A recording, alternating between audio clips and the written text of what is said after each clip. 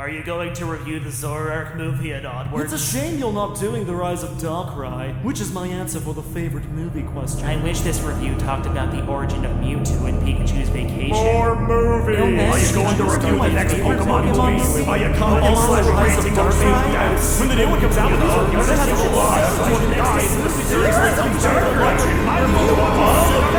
Why does everyone think I'm so into Pokemon? Crazy. Gotta watch 'em all! Gotta watch 'em all! Pokemonth! Well, dear viewers, the time has come at last. By popular demand, another month-long series dedicated to the cinematic adventures of an immortal Japanese youth and his yellow rodent companion. 9 movies, 8 reviews, some bonus videos if I feel like it. But for now, let's kick things off with the last of the Hoenn movies, Pokemon Ranger and the Temple of the Sea. While hitching a ride with a traveling circus, Ash and the gang find themselves caught in the crossfire between Pokemon Ranger Jack Walker and an infamous pirate known only as the Phantom, both fighting for the mysterious Egg of the Prince. During a scuffle, the egg hatches to reveal the Pokemon Manaphy, Prince of the Sea, and total mama's boy as he imprints on May, thinking she's his mother. With Phantom in hot pursuit, can our heroes protect Manaphy on his journey to the people of the water's ancient sea temple? And will May be able to let go once her role as mama has ended? Let's start by addressing the giant elephant in the room. This was the first movie dubbed with the new voice cast. Pikachu, use Thunderbolt! Pikachu, use Thunderbolt! I don't like the new voice cast, you're not gonna change my mind about that, but I'm also not gonna let that influence my overall impression of the films. That said, what exactly is my impression of this film? Well, in terms of story, in terms of tone, in terms of execution, Pokemon Ranger is pretty solid. It's one of the few Pokemon movies that actually feels like a movie, namely an Indiana Jones movie. Exotic locations, ancient cultures, a globe-trotting race to the finish against a belt-bearded villain. It's like an old adventure serial. And considering this is the 9th freaking movie in the series, that approach fits perfectly. Most Pokemon movies fall into this same pattern of expanding the world, but not really. They all take place in some new city or forest or island that's just isolated enough that whatever happens there doesn't affect anything else. But with Ranger, the location is never the focus. The temple is, but they don't even reach that until the last third of the movie. The real focus is the treasure hunt. Act 1 may be a bit of a slow burn, but they're constantly on the move. And every pit stop is another opportunity to learn more about the history and culture of the people of the water. And what this does is expand the world in a non-geographical way. Sure, it's Ash and the gang fighting another bad guy and meeting another giant thing, but this is just one episode in a much larger historical narrative that, unlike 2000's Prophecy, isn't really concerned with Ash. And while the events may be self-contained, they still come with very serious consequences for the people of the water's modern descendants. It really gives you the sense that after Ash has played his part, this narrative will continue. Heck, it isn't even really Ash's adventure. I mean, it's May's movie, which I'll talk about more later, but it's really Jackie's adventure. The Pokemon Ranger angle was, for the most part, a ploy to promote a series of spin-off games for the Nintendo DS, which I can't really complain about because it's just another element that makes this movie so refreshing. You sick of the same 10-year-old kid having another life-changing experience every year? This guy does it every day. It's his job. And I'm not gonna lie, I totally buy into the shamelessly cool gimmick they work with Jackie. You can tell his voice actor is having a blast. Jack Walker. Call me Jackie, please. He and Phantom really sell the lighthearted adventure. Have we seen this villain before?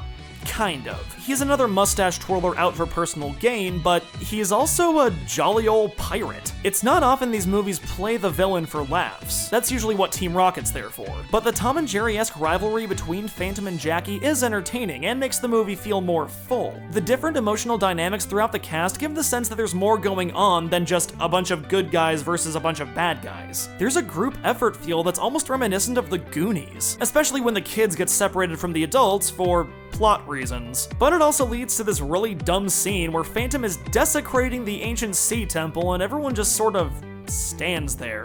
Even if you were to attack me all at once, you wouldn't stand a chance. Oh, well that explains everything. Seriously, this is the one time Ash doesn't say Pikachu Thunderbolt. And hey, since I'm doing that thing where I list a bunch of good things then move on to a bunch of bad things, the dub is rough. Voice cast aside, there are some obvious growing pains with the new localization team.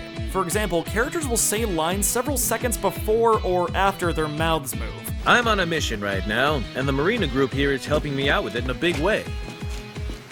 Or say lines that are completely out of place. Hey, thanks, Elizabeth. I think. Elizabeth hasn't done anything in this scene yet. Or they'll deliver a punchline for a joke that's been building for the entire movie, only for that joke to fall flat. It's implied throughout the movie that Phantom has super strength. Man, you're strong, Phantom. You take vitamins? But at the end, it's revealed that he's just wearing an exosuit. Wow, I didn't think a guy like that took vitamins. That's not how that line was supposed to be delivered. It should have been, I didn't think a guy like that took vitamins. You can call it nitpicking, but it does show that 4Kids had achieved a certain level of polish before losing the rights. Yeah, I like the 4Kids dub. Deal with it, nerds. though I do have to give them credit for one thing. The guy they cast as Kyle. And I'm Kyle. What is this guy's deal? The Sea Temple can't be seen by the eyes of the mortals. Did you, recently come back from war or something? Have you seen things? But the biggest issues with this movie were already present before localization. I mentioned before that this is Mei's movie. Similar to Max and Jirachi, Mei's relationship with Manaphy is the main emotional through line, and it's revealed that Mei and Max are actually descendants of the people of the water. A lot of fans complain about this, saying this should have been Misty's movie, but Misty had been gone for a while. I doubt they'd been sitting on this idea since Johto. Plus, the whole subplot about bonding with Manaphy wouldn't have really worked when Misty already had Togepi. But I swear, this is the first time they got the cute legendary right. All the sickeningly sweet baby behavior that would normally bug me makes sense because, well, Manaphy is a baby. And the maternal aspect of Mei's personality had already been established, so the role of Mama suits her well. But there's a problem. I didn't think this was possible in a Pokemon movie, but Mei is out of character. Her sass, her awkwardness, they're all subdued. All she does is fawn over this thing, and granted, it leads to a very bittersweet ending. The way Mei struggles with losing Manaphy touches on loss in a very poignant way. Mei, are you alright? No, I'm not alright. But I will be.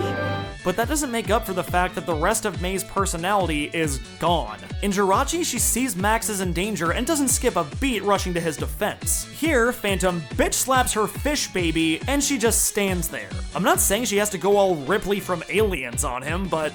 Wait, why didn't she do that? That would have been awesome! Get away from her, you bitch! And then fast forward to the climax. Phantom has tampered with some ancient treasure, and as a result, the temple has begun to sink. The only way to stop it is to put the treasure back, and the only people who can do that are Ash and Mei. Do our young heroes join forces to save the day, solidifying their friendship and giving the Hoenn series a proper send-off?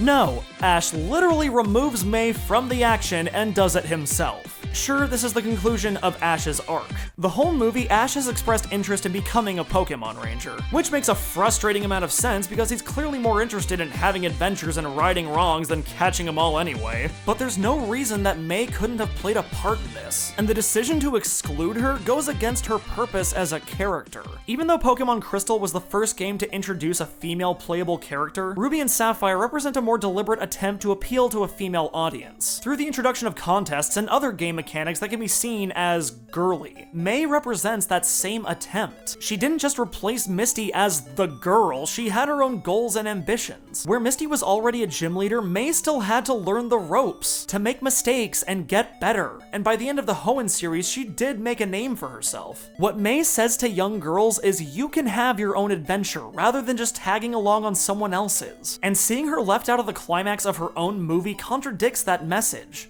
Oh, and then Ash goes Super Saiyan.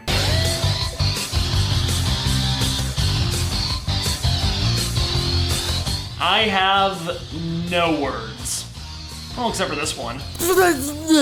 Overall, Pokemon Ranger is a mixed bag. As far as the light-hearted Pokemon movies go, this is definitely one of the highlights. And the jump to HD brought some much-needed visual flair back to the series. But all the great groundwork laid in the first two acts amounts to very little when the movie's main character is so misrepresented. Then again, the movies don't have a great track record of giving characters proper send-offs. And, Ash goes Super Saiyan.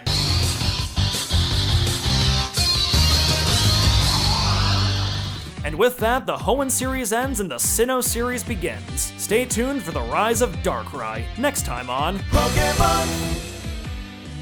Hey everyone, just wanted to say thanks for tuning in. I've been working on this series for a while, so I really hope you guys enjoyed this next batch of reviews I have planned. If you like this video, be sure to leave a comment and share it on social media, it really helps me out. And if this is your first time on my channel, be sure to hit that subscribe button. I gotta get back to work on the next review, so I'll leave you with this. Ladies and gentlemen, may I present the musical stylings of Kyle and his amazing dancing Weasel!